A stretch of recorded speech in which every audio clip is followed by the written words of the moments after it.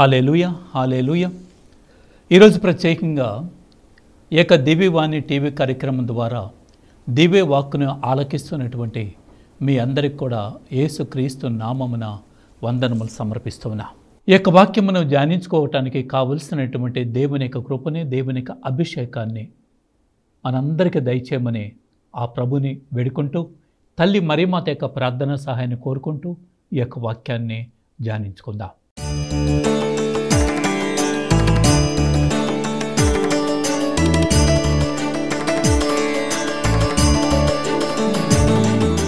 ఈరోజు ప్రత్యేకంగా బైబిల్ గ్రంథంలో ఒక వాక్యాన్ని కనుక మనం గమనించినట్లయితే యెషయా గ్రంథం 50వ అధ్యాయము 4వ వచనం ఈ విధంగా తెలియజేస్తుంది.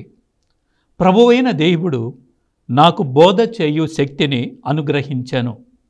నేను అలసిపోయిన వారిని ఓదార్చుటకు అతడు నాకు సంభాషణ శక్తిని దయచేసెను. ప్రభువు ప్రత్యుదయము నన్ను ప్రబోధించి నేను శిష్యుని వలె అతని బోధను ఆలించున్నట్లు చేశాను. Praise the lord. ప్రభు అయినటువంటి దేవుడు పలికినటువంటి మాట యెషయా గ్రంథం 50వ అధ్యాయము 4వ వచనం. ఈరోజు ప్రత్యేకంగా ఈ యొక్క వాక్యాన్ని గురించి మనం ధ్యానించుకుందాం. ఈ యొక్క వాక్యాన్ని ధ్యానిస్తూ ఉన్నప్పుడు కొంతమంది దేవుని యొక్క వాక్యమును వింటూ ఉన్నారు, కానీ ఆ వాక్యాన్ని పెడచెవిన పెడుతూ ఉన్నారు. కొంతమంది వింటున్నట్టు నటిస్తూ ఉన్నారు. కొంతమంది అసలు ఆ వాక్యమనే వినటం లేదు. ఈరోజు ఈ యొక్క వాక్యమును ఆలకిస్తున్నటువంటి నీవు నేను దేవుని యొక్క పలుకులను ఆలకించే వారిగా ఉన్నామా? దేవుని యొక్క వాక్కుని స్వీకరించే వారిగా ఉన్నామా? ఆ దేవుని యొక్క వాక్యమును మన హృదయముల మీద నిలుపుకునే వారిగా ఉన్నామా అని చెప్పి గమనించాలి, ఆలోచన చేసుకోవాలి. ప్రభు అయినటువంటి దేవుడు పలికినటువంటి మాట ఏమిటంటే యెషయా గ్రంథం 50వ అధ్యాయం 4వ వచనంలో ప్రభువైన దేవుడు నాకు బోధ చేయు శక్తిని అనుగ్రహించాను. ప్రభు అయినటువంటి దేవుడు ప్రతి ఒక్కరికి కూడా తన పలుకులను మన నోటిలో పెడుతూ ఉన్నాడు. ప్రభు అయినటువంటి దేవుడు ప్రతి ఒక్కరికి కూడా తన యొక్క వాక్కును మన యొక్క హృదయ పలకల మీద లిఖిస్తూ ఉన్నాడు. దానిని స్వీకరించినటువంటి వారు, దాన్ని పొందుకునేటువంటి వారు దానిని మాట్లాడగలుగుతూ ఉన్నారు, బోధ చేయగలుగుతూ ఉన్నారు. అందుకే ప్రభు అయినటువంటి దేవుడు అంటున్నాడు, నేను నిన్ను ఎన్నుకున్నాను అని ప్రభు పలుకుతూ ఉన్నాడు. ఎవరైతే ఈ యొక్క గ్రూప్లో ఉండి ఈ యొక్క టీవీ కార్యక్రమాన్ని ఆలకిస్తూ ఈ యొక్క వాక్యాన్ని వింటూ ఉన్నారో వారందరితో ప్రభు దేవుడు పలుకుతున్నటువంటి మాట ఏమిటంటే, నేను నిన్ను ఎన్నుకున్నాను, నేను నిన్ను పిలుచుకున్నాను, నీ హృదయ పలకల మీద నా వాక్కును లెక్కించి ఉన్నాను అంటున్నాడు. ఈ యొక్క వాక్యములు మనం గమనించినట్లే మొదటగా చూస్తున్నట్లయితే ప్రభు అయినటువంటి దేవుడు నాకు బోధ చేయు శక్తిని అనుగ్రహించాను. ఆ దేవుడు కేవలం నీకు నాకు మాత్రమే కాదు, ఎవరైతే దేవుని బిడ్డలుగా జీవిస్తూ ఉన్నారో, దేవునికి లోబడి జీవిస్తూ ఉన్నారో, దేవుని పట్ల విధేయత కలిగి ఉన్నారో వారందరితో దేవుడు పలికేటువంటి మాట ఏమిటంటే, నేను వారికి బోధ చేయు శక్తిని అనుగ్రహించి తిని. అంటే మాట్లాడటానికి కావలసినటువంటి కృపను నేను వారికి ఇస్తూ ఉన్నాను, నా పలుకులను వారి నోటిలో పెడుతూ ఉన్నాను అని ప్రభు దేవుడు పలుకుతూ ఉన్నాడు. యోహాను సువార్త 7వ అధ్యాయము 16వ వచనం మనం చూస్తున్నట్లయితే యేసు ప్రభు పలికినటువంటి మాట, నేను చేయు బోధ నాది కాదు, అది నన్ను పంపిన వారిది. ఎవరైతే నన్ను పంపి ఉన్నారో నేను చేసేటువంటి బోధ, నేను పలికేటువంటి మాటలు వారియే. ఈరోజు మనం చెప్పవలసింది, నేను మాట్లాడుతున్నటువంటి మాటలు నావి కాదు. ఇదిగో ప్రభు దేవుడు నా హృదయ పలక మీద ఏ మాటలు అయితే పెట్టాడో వాటిని నేను మాట్లాడుతున్నానని చెప్పి మనం కూడా చెప్పగలగాలి. అంటే మన నోటి నుంచి వచ్చే ప్రతి మాట కూడా అది దేవుని మాట అయి ఉండాలి. అందుకే మనం ఇరువురు కలిసినప్పుడు మాట్లాడుకోవలసింది ఈ లోకపరమైనటువంటి మాటలు కాదు. ఈ లోకపరమైనటువంటి మాటలు మాట్లాడుతూ తాత్కాలికమైనటువంటి ఆనందాన్ని పొందుకుంటున్నావేమో, కానీ ప్రభు దేవుడు అంటాడు, నువ్వు మాట్లాడవలసింది ఇరువురు వ్యక్తులు కలిసినప్పుడు దేవుని యొక్క మాటను గురించి మాట్లాడాలి.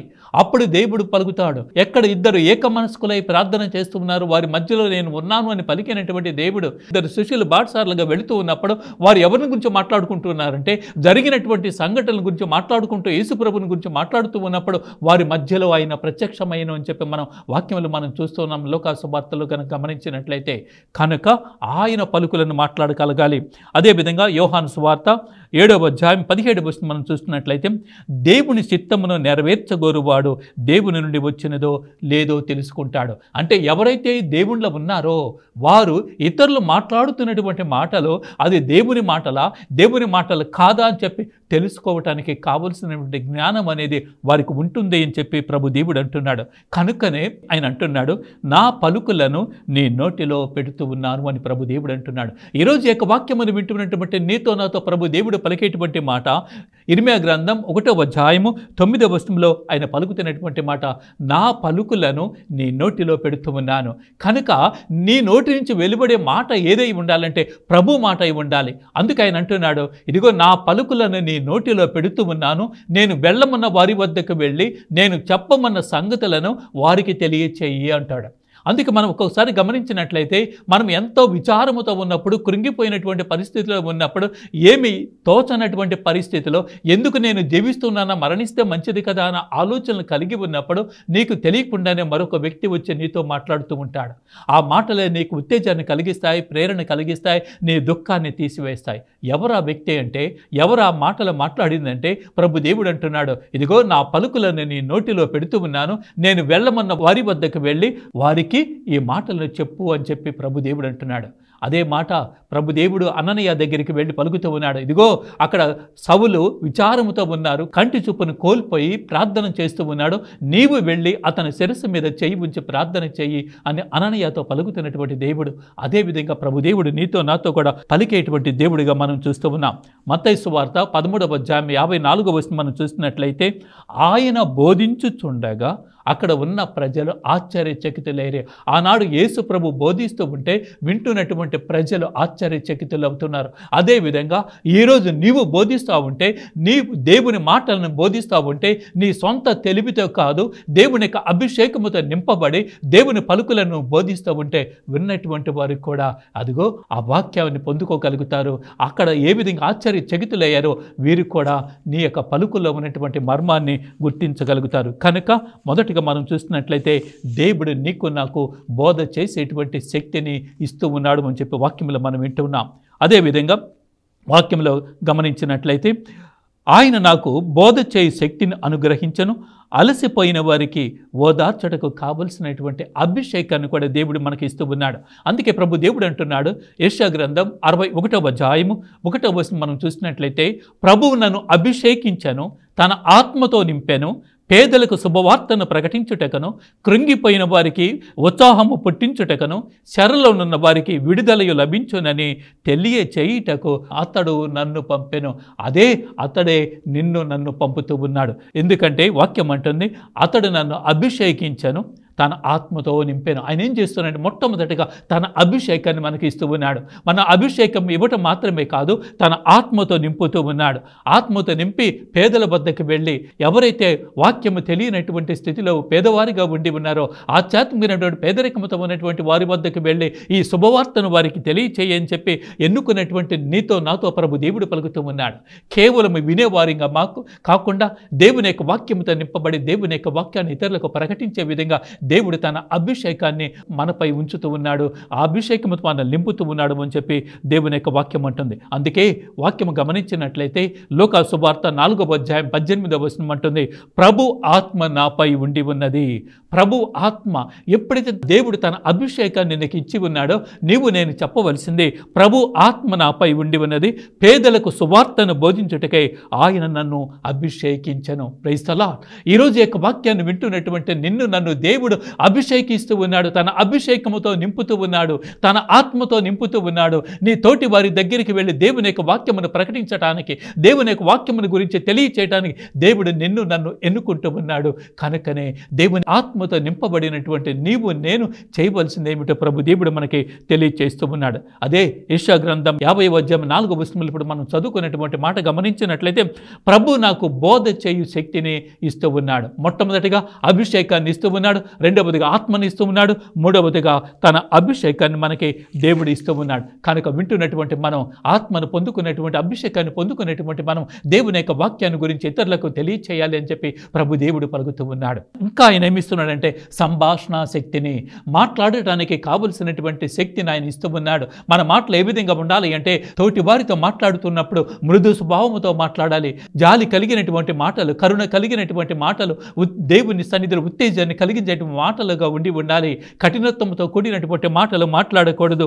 అందుకే ప్రభు దేవుడు అంటున్నాడు, శిరాపుత్రుడు జ్ఞాన గ్రంథం 51వ అధ్యాయం 2వ వచనం మనం చూసినట్లయితే వాక్యం ఈ విధంగా పలుకుతుంది, ప్రభువు నాకు వాక్ శక్తిని ప్రసాదించను, ఆ శక్తితో అతను నేను కీర్తించదను. ప్రభు నాకు వాక్ శక్తిని ఇస్తున్నాడు. ఏ విధంగా మాట్లాడాలో దేవుడి తన మాటను, తన వాక్కును మనలో నింపుతూ ఉన్నాడు. కనుక దేవుడిచ్చినటువంటి వాక్ శక్తి చేత మనము అతనిని కీర్తించాలి, ఆ మాటలను ఇతరులకు తెలియచేయాలి. అదేవిధంగా లోకా సువార్త 4వ అధ్యాయము 22వ వచనం మనం చూసినట్లయితే ఆయన మాట్లాడుతూ ఉన్నప్పుడు దయాపూరితములకు ఆయన మాటలకు ఆశ్చర్యపడిరి.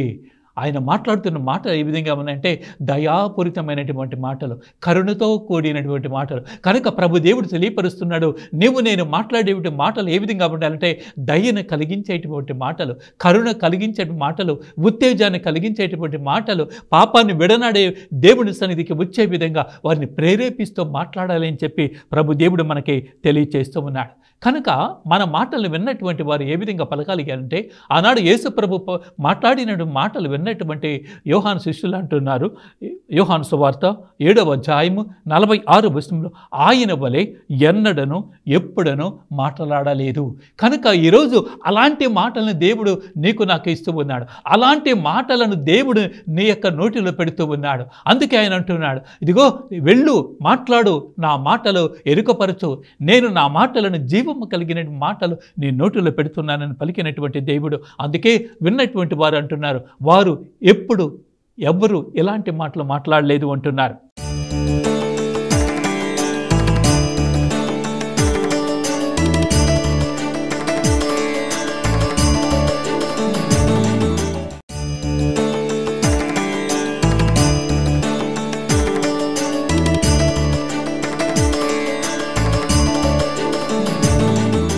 నలభై 5వ కీర్తన 2వ వచనం మనం చూసినట్లయితే సొబగైన వాక్చాతుర్యము కలవాడవు, ప్రభు నిన్ను నిత్యము దీవించుతూనే ఉండెను.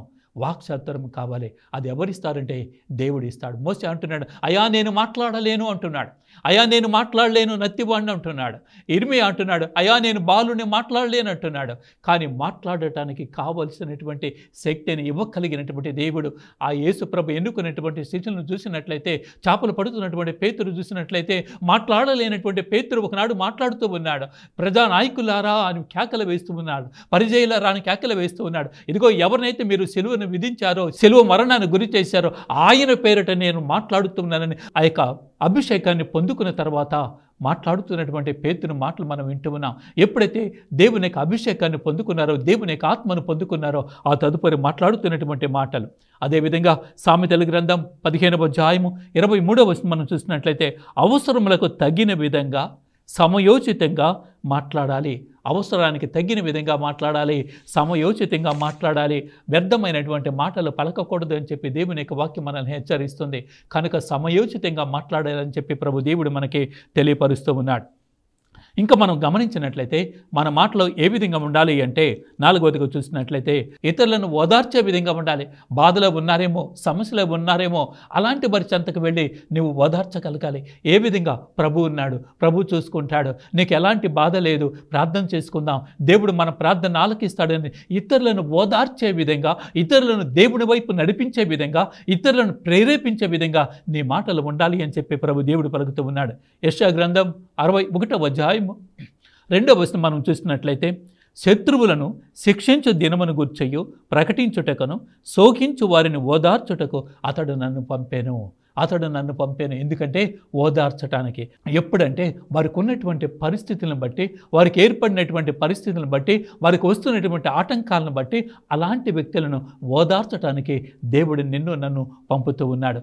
తన వాక్శక్తి ద్వారా, తను ఇస్తున్నటువంటి అభిషేకము ద్వారా తన మాటలను మనలో నిలిపి ఆ విధంగా ఓదార్చటానికి ఆయన మనల్ని పంపుతూ ఉన్నాడు అని చెప్పి గమనించి అలాంటి వారి చెంతకు వెళ్ళినప్పుడు వారిని మనం ఓదార్చే విధంగా మాట్లాడాలని చెప్పి ప్రభు దేవుడు మనకి తెలియపరుస్తూ ఉన్నాడు. ఇంకా ఎక్కడికి వెళ్ళాలంటే ప్రభు దేవుడు అంటున్నాడు, అలసిపోయిన వారితో మాట్లాడాలి, అలసిపోయిన వారి దగ్గరికి వెళ్ళాలి. ఏ విధంగా అంటే మార్కు సువార్త 11వ అధ్యాయం 28వ వచనం అంటుంది, భారముతో అలసి సొలిసి ఉన్న సమస్త జనులారా నా వద్దకు రండి. ఎవరైతే అలసిపోయి ఉన్నారో, శ్రమతో ఉన్నారు, వేదనతో ఉన్నారు, కన్నీటితో ఉన్నారు, కుటుంబ సమస్యలతో ఉన్నారు, ఆ సమస్యలతో అలసిపోయి ఉన్నారు, అలాంటి వారి దగ్గరికి వెళ్ళి మనం మాట్లాడాలి, ఓదార్పు మాటలు మాట్లాడాలి, దేవుని యొక్క సన్నిధిని గురించి వారికి ఎరుకపరచాలి. యెషయా గ్రంథం 57వ అధ్యాయము 18వ వచనం మనం చూసినట్లయితే, నేను వారి సేయిదములను గమనించి తిని అయినను వారికి చికిత్స చేయదను, వారిని నడిపింతను. ప్రభు అంటున్నాడు, నేను వారి చేయిదములను, వారి పనులను చూస్తూ ఉన్నాను, వారి జీవితాలను చూస్తూ ఉన్నాను, వారు చేసే పనులను చూస్తూ ఉన్నాను, వారికి నేను చికిత్స చేయదును అంటున్నాడు. వారికి నేను వారికి చికిత్స చేయదును. ఏమిటా చికిత్స అంటే, ఎవరైతే దేవుని నుండి దూరం అయిపోతున్నారో వారిని తిరిగి దేవుని యొక్క సన్నిధిలోనికి తీసుకొని రావాలి.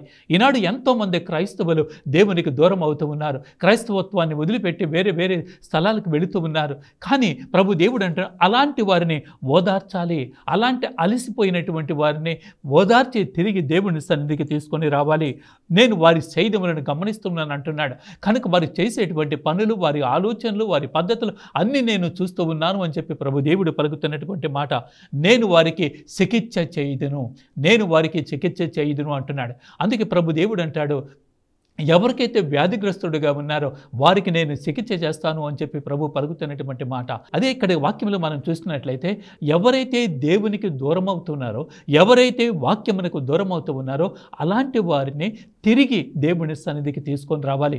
వారికి వచ్చినటువంటి రోగము శారీరకమైనటువంటి రోగము కాదు, అది మానసికమైనటువంటి రోగము కనుక, మనసుకు సంబంధించినది కనుక, ఎక్కడైతే వారు గాయపడి ఉన్నారో అలాంటి వారికి కావలసినటువంటి చికిత్సను చేసి తిరిగి ప్రభు సన్నిధికి తీసుకొని రాగలగాలి అని చెప్పి ప్రభు దేవుడు మనకి తెలియజేస్తూ ఉన్నాడు.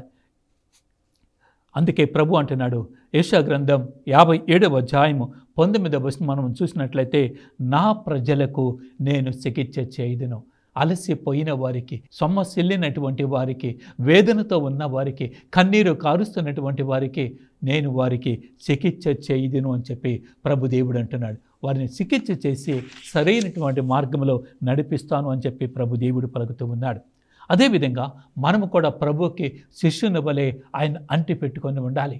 వాక్యము గమనించినట్లయితే కీర్తన 26వ కీర్తన 12వ వచనం మనం చూసినట్లయితే, నేను అపాయము నుండి తప్పించుకుంటేనే. అపాయం మన జీవితంలో ఎన్నెన్నో ఊహించినటువంటి సంఘటనలు జరుగుతూ ఉంటాయి. మరి వాటిని అన్నిటి నుండి మనం తప్పించుకోవాలంటే దేవుని యొక్క సహాయం మనకు కావాలి. నిత్యము మనం ఆయన అంటిపెట్టుకొని ఉండాలి. ఏ విధంగా అంటే, యేసు ప్రభు వాక్యాన్ని అందిస్తూ ఉన్నప్పుడు, మాట్లాడుతూ ఉన్నప్పుడు ఆయన పాదముల చెంత ఒక స్త్రీ కూర్చొని ఆయన పలుకులను ఆలకిస్తుందని చెప్పి మన వాక్యంలో వింటూ ఉన్నాం. కనుక మరి ఏ విధంగా యేసు ప్రభు పాదముల చెంత కూర్చొని ఆయన పలుకులను ఆలకిస్తుందో, అదే విధంగా మనం కూడా ఆయన శిష్యుని వలె, ఆయన బిడ్డ వలె ఆయన చెంత కూర్చొని ఆయన పలుకులను ఆలకిస్తూ ఆ పలుకులకి లోబడి ఆ వాక్కు ద్వారా మనం జీవించగలగాలి అని చెప్పి ప్రభు దేవుడు పలుకుతూ ఉన్నాడు. అదేవిధంగా కీర్తన 40వ కీర్తన 9వ వచనం గమనించినట్లయితే, భక్త సమాజమున నేను నీ రక్షణమును ప్రకటనము చేసి తిని, ప్రభు నీ కార్యమును ఏనాడు విస్మరింపడని నీకు తెలియను. ప్రభు నీ కార్యమును ఏనాడు కూడా విస్మరింపడు. అంటే నువ్వు చేస్తున్నటువంటి ప్రార్థన ఏనాడు కూడా ఆలకించకుండా ఉండడు. ఆయన తప్పక నిన్ను ఆలకిస్తాడు. ఏనాడు కూడా నిన్ను వదిలిపెట్టడు, ఏనాడు కూడా నిన్ను విస్మరించడు అని చెప్పి దేవుని యొక్క వాక్యం అంటుంది. అందుకే ఆయన అంటున్నాడు, నేను నిన్ను విడవను ఎడబాయినని పలుకుతున్నటువంటి ప్రభు దేవుడు. కనుక నిన్ను ఏనాడు కూడా వదిలిపెట్టాడు, నిన్ను విస్మరించడు అని చెప్పి ప్రభు దేవుడు పలుకుతూ ఉన్నాడు. కనుక ప్రజలందరూ ప్రోగైనటువంటి సమాజమున నా మ్రొక్కులు చెల్లించుకొందును అని చెప్పి 116వ కీర్తన 18వ వచనం తెలియచేసింది. కనుక భక్తుడు ప్రజలందరూ ప్రోగైనటువంటి సమాజమున వెళ్ళి నా మ్రొక్కులు చెల్లించుకొందును, అక్కడికి వెళ్ళి ఏంటి ఆ మరుక్కులు అంటే దేవుడు నీకు చేసినటువంటి కార్యమును గురించి పదుగురకు తెలియచేయటం, ఒక సాక్షిగా నువ్వు మారటం. సమరయ స్త్రీ ఏం చేసిందని గ్రహించినట్లయితే ఆమె ఎప్పుడైతే ప్రభువుని తెలుసుకుందో, ఆ తెలుసుకున్న తర్వాత ఎవరిని చూసి భయపడి వారి మధ్యలోకి వెళ్ళలేకపోయిందో వారి మధ్యలోనికి వెళ్ళి ఆమె పలుకుతూ ఉంది. ఆమె అంటుంది, నేను చేసినవన్నీ ఆయన తెలియపరుస్తూ ఉన్నాడు, నేను చేసిన వాటినన్నింటిని గురించి ఆయన చెబుతూ ఉన్నాడు, ఆయన ప్రవక్త అని చెప్పి ఆమె సాక్ష్యం పలుకుతుంది. అదేవిధంగా మనం కూడా ప్రజలందరూ పొరుగైనటువంటి సమాజంలోనికి వెళ్ళి, అంటే ఆ దేవాలయంలోకి వెళ్ళి నీకు దేవుడు చేసినటువంటి మేలులను గురించి, దేవుడు నిన్ను ఏ విధంగా మార్చాడో, ఏ విధంగా తన సన్నిధికి తీసుకొని వచ్చాడో దానిని గురించి మనము ప్రకటించగలగాలి, తెలియచేయగలగాలి. అదే మనం జక్కయ్యను చూసినట్లయితే జక్కయ్య అంటాడు, నేను ఆయన చూడటానికి వెళ్ళాను, కానీ ఆయన నా ఇంటికి వచ్చాడు, నా జీవితాన్ని మార్చాడు అని చెప్పి చెప్పగలుగుతాడు. అదేవిధంగా మనం కూడా నీ జీవితంలో దేవుడు చేసినటువంటి కార్యముని గురించి మనం చెప్పగలగాలి. అందుకే 103వ కీర్తన 2వ వచనం మనం చూసినట్లయితే, ఓ నా ఆత్మమా దేవుడు చేసినటువంటి కార్యములను నువ్వు మరవవద్దు, ఎల్లవేళలా వాటిని జ్ఞప్తిపరచుకో, వాటిని ఇతరులకు ఎరుకపరచు అని చెప్పి దేవుని యొక్క వాక్యం మనకి తెలియచేస్తుంది. కనుక నిత్యము ఆయన శిష్యుని వలె మనం ఆయన యొక్క వాక్కుని ఆలకించేటువంటి వారిగా ఉండాలి. అంత మాత్రమే కాక ప్రతి ఉదయం ఎక్కువనే లేచి ఆయన పలుకులను ఆలకించేటువంటి వారిగా ఉండాలి. దేవుని యొక్క వాక్యం అంటుంది 119వ కీర్తన మనం చూసినట్లయితే 119వ కీర్తన 147వ వచనం మనం గమనిస్తే, వేకువనే నేను నీ సహాయమును అర్జించెదను, నీ వాగ్దానమును నమ్మి తినే. ఎక్కువనే మనం చేయవలసిందే ఆయన సన్నిధికి వెళ్ళి ఆయన పలుకులను ఆలకించాలి. ఎక్కువనే లేచి ఆ ప్రభుతో ముచ్చటించగలగాలి. ఎక్కువనే లేచి ఆయనతో ఆయన సన్నిధిలో ప్రార్థన చేయగలగాలి. నేను నీ వాగ్దానమును నమ్మి తినే.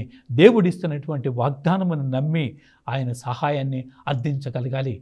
అంటే మన జీవితంలో ఎదురవుతున్నటువంటి సమస్యలను తీసుకొని ఆ ప్రభు చెంతకు వెళ్ళి ఆ ప్రభుకి సమర్పించుకొని ఆ ప్రభు సన్నిధిలో ప్రార్థించగలగాలి. అదేవిధంగా విలాప గీతములు మనం చూసినట్లయితే విలాప గీతములు 3వ అధ్యాయము 22వ వచనం మనకు తెలియచేస్తుంది, ఆయన ప్రేమ గతించలేదు, ఆయన ప్రేమ సమసిపోలేదు. ప్రతి ఉదయం ఆ భోగభోగ్యములను ఆయన మన మీద కుమ్మరించును అని చెప్పి దేవుని యొక్క వాక్యం అంటుంది. ఆయన ప్రతి ఉదయం ఆ భాగభోగ్యాలు మనకి దేవుడు ఇస్తూ ఉన్నాడు. కనుక ఎవరైతే దేవుని సన్నిధికి వెళ్ళి ఆ ఉదయకాల సమయమునే దేవుని సన్నిధిలో ప్రార్థన చేస్తూ ఉన్నారో ఆ భాగభోగ్యములన్నీ కూడా వారి మీద కుమ్మరిస్తూ ఉన్నాడు అని చెప్పి దేవుని యొక్క వాక్యం అంటుంది.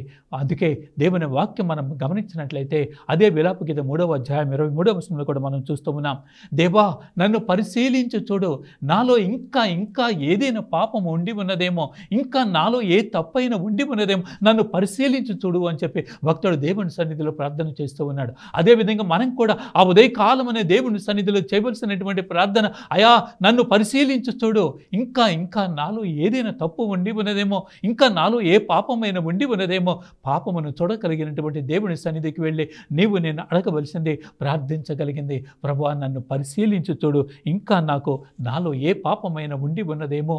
ఒకవేళ నీలో పాపము గనక ఉండి ఉన్నట్లయితే ఇర్మీయా గ్రంథం 3వ అధ్యాయం 13వ వచనం అంటుంది, నీవు నీ తప్పును ఒప్పుకో అంటుంది.